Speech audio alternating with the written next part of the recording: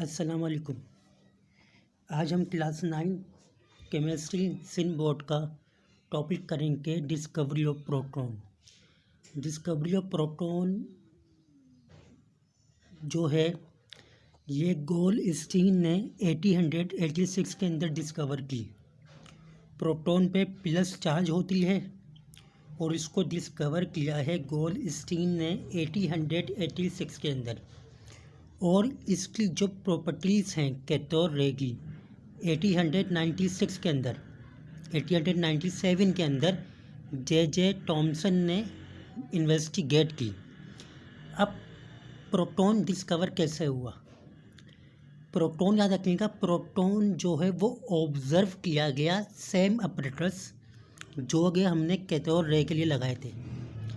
यानी कि हमने कैथोड रे एक्सपेरिमेंट करते वक्त जो अपरेटस लगाए थे, जो डिस्चार्ज ट्यूब अपरेटस लगाए थे, वही अपरेटस सेम अपरेटस हमने प्रोटॉन की डिस्कवरी के लिए भी लगाए।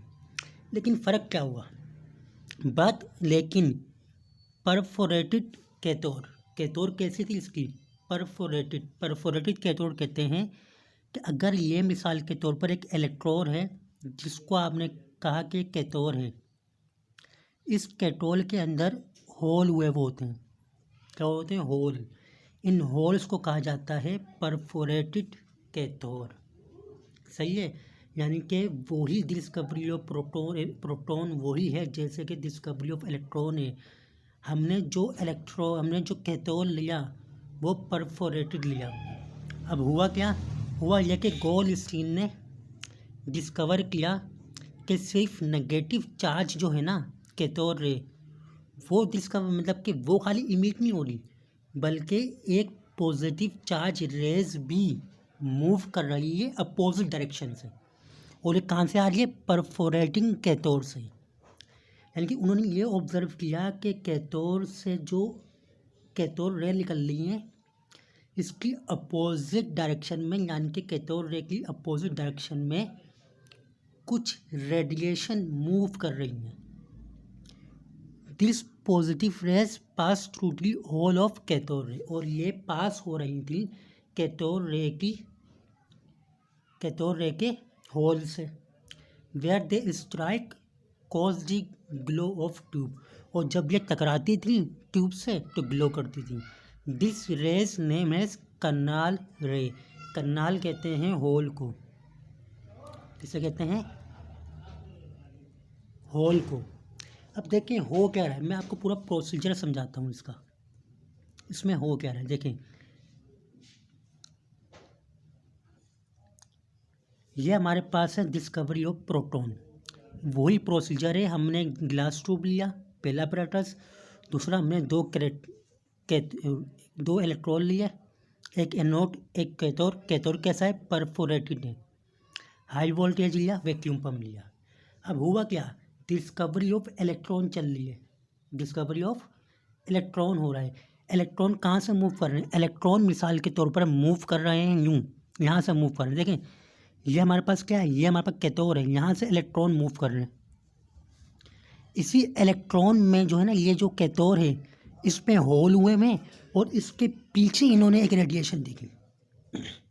इसके पीछे इन्होंने एक रेडिएशन देखी, यानी कि ये कैथोड है तो यहाँ से कैथोड रे निकल रही थी, और इसी कैथोड रे के पीछे इन्होंने रेस देखी, और वो निकल रही थी ये कैथोड के होल से।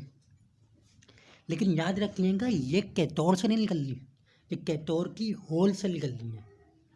दर हकीकत जो प्रोटॉन की डिस्कवरी हुई ये होती है आयनाइजेशन ऑफ गैस से। किससे? Ionization of gas. गैस की आयनाइजेशन हो रही थी। जो इलेक्ट्रॉन कैथोड से निकल रहे थे, जो गैस मौजूद थी इस डिस्चार्ज ट्यूब के अंदर, वो इससे टकराकर इसका इलेक्ट्रॉन निकाल रहे थे और इसको आयनाइज कर रहे थे। और ये रेडिएशन जो है ये जा रही थी कैथोड से होते हुए एनोड की तरफ। क्यों जा रही थी? एनोड की तरफ इससे नहीं जा रही थी क्योंकि इसमें प्लस था, तो जा रही थी कैथोड की तरफ। और कैथोड के जो परफोरेटेड हमारे पास होल थे वहाँ से निकल के मूव कर रही थी। तो गोल्डस्टीन ने ऑब्जर्व किया कि इस एक्सपेरिमेंट के दौरान सिर्फ एक गैस नहीं, सिर्फ एक पार्टिकल नहीं, बल्कि इसकी अपोजिट डायरेक्शन में एक और पार्टिकल क्या हो रहा है, मूव कर रहा है। और ये कैथोड या एनोड से नहीं निकल रहा, बल्कि ये आयनाइजेशन ऑफ गैस से निकल रहा है। किससे निकल रहा है पार्टिकल? आयनाइजेशन ऑफ गैस से। तो कैसे कैथोड एंड इलेक्ट्रॉन कैथोड से निकलता है, इसी तरह प्रोटॉन एनोड से नहीं निकल रहा, प्रोटॉन आयनाइजेशन ऑफ गैस से निकल रहा है। ऐसा मेरी बात समझ में आई आपको?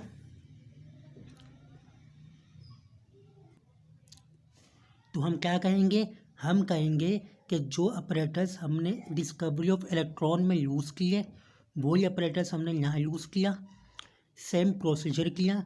जैसे कि कैथोड रेस निकल के एनोड की तरफ जा रही थी, जिस कैथोड से कैथोड रेस निकल रही थी उन्हीं में परफोरेटेड कैथोड रहती, यानी कि उन्हीं कैथोड पे होल्स हुए हुए थे और उन होल से एक रेडिएशन निकल रही थी अपोजिट डायरेक्शन में कैथोड रे से।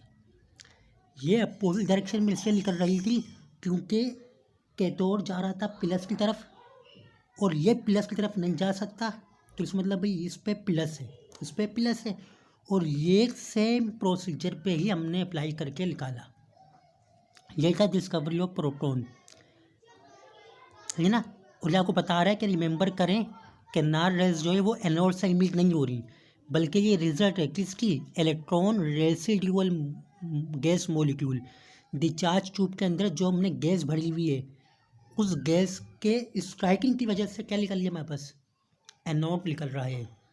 और इलेक्ट्रॉन एनालाइज कर रहे हैं इस मॉलिक्यूल्स को। ऐसा ये एक गैस है, इस पे इलेक्ट्रॉन निकाल दिया हमने तो प्लस बन गया। इस प्लस पे जो प्लस आया हमने कहा प्लस चार्ज है, और ये एनोड की अपोजिट डायरेक्शन में जा रही थी क्योंकि इसमें प्लस था।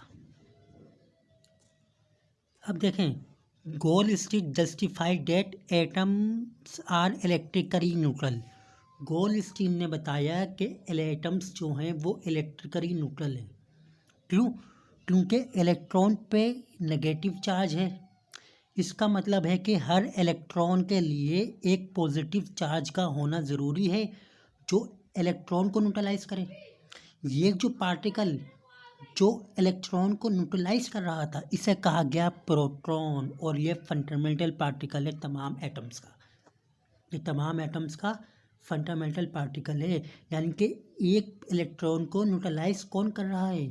प्लस चार्ज कर रही है। तो जो चार्ज इलेक्ट्रॉन को न्यूट्रलाइज कर रही है वो चार्ज प्रोटॉन है, वो चार्ज प्रोटॉन है और इस पे प्लस चार्ज होती है ना। आपको मेरी बात समझ में आ गई? तो हमने आज पढ़ा कि मैं आपको बता दूं, हमने ये पढ़ा कि कैथोड रे के एक्सपेरिमेंट के दौरान हमारे पास एनोड रे की भी डिस्कवरी हुई, वो ऑपरेटर्स यूज़ किए गए। हम पर फ़र्क क्या था कि जिस कैथोड से कैथोड रेस निकल रही थी, उन्हीं कैथोड की अपोजिट, उन्हीं कैथोड के होल से कुछ रेडिएशन अपोजिट डायरेक्शन में जा रही थी। वो रेडिएशन जो अपोजिट डायरेक्शन में जा रही थी उन्हें कहा गया ये एनोड है। ये कौन है? ये एनोड है और इनमें प्लस चार्ज है। तो डिस्कवरी ऑफ इलेक्ट्रॉन का same procedure discovery of proton में होता है।